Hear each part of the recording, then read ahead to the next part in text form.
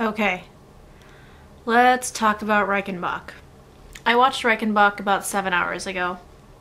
I stopped crying about 3 hours ago. And it hit way harder than even I thought it would. Like, it was awful, but in such a wonderful way. I'm in shock. I literally needed the shock blanket afterwards. I had to wrap myself tighter in it because if I stopped thinking, distracting myself from the emotion, I would just like get really cold and numb inside and just wrap myself tighter in the blanket. And the last 20 minutes of the episode when Sherlock and John are like on the run and we think that Moriarty's an actor, that was just like paralyzing. I was just frozen in my seat. I wasn't moving, I was barely breathing, I wasn't blinking. I was very teary kind of during when Sherlock was dangling Moriarty off the rooftop because I thought, okay, is he just gonna, use whatever force he can to pull Sherlock off the roof, and is that how it's gonna happen? When Moriarty shot himself, I just... which incidentally, I don't think he actually shot himself. I think the makeup is pretty good. The makeup team is really good, so I think they would try to make it a little more realistic. He looked pretty intact to have blown the back of his head out. Surprisingly, I didn't cry when Sherlock was on the phone with John. I did start to freak out, like, oh no, it's gonna happen now because John just got out of the cab. And when I actually, I started to cry actually when, oh.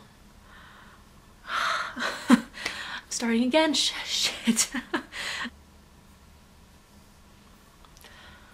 When John, after Mr. Hudson left the graveyard, and John, started to talk to Sherlock's headstone, that got to me. Specifically when he said, I need a miracle, just stop it, don't be dead.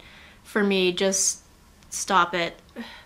Just the level of emotion that Martin Freeman showed. It was phenomenal. The way he was this man trying to hold himself together and managing to keep himself composed enough.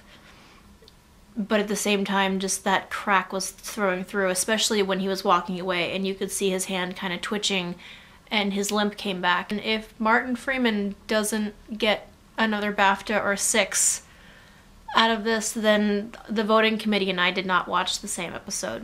I mean, I was expecting it to hurt and I was expecting it to be really sad, but I'm not somebody who actually cries at television or movies. I have done it on very few occasions and I can name them right now. The end of Sweet November, the end of the Lord of the Rings trilogy, and the end of Harry Potter 7. 3 times, that's it. Just the little things in the episode that I like.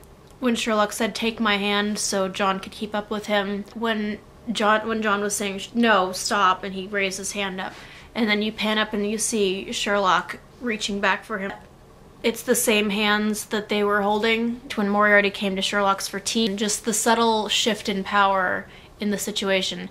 When Moriarty refuses the seat offered to him and takes Sherlock's chair instead, that's when you knew that Moriarty had control of everything.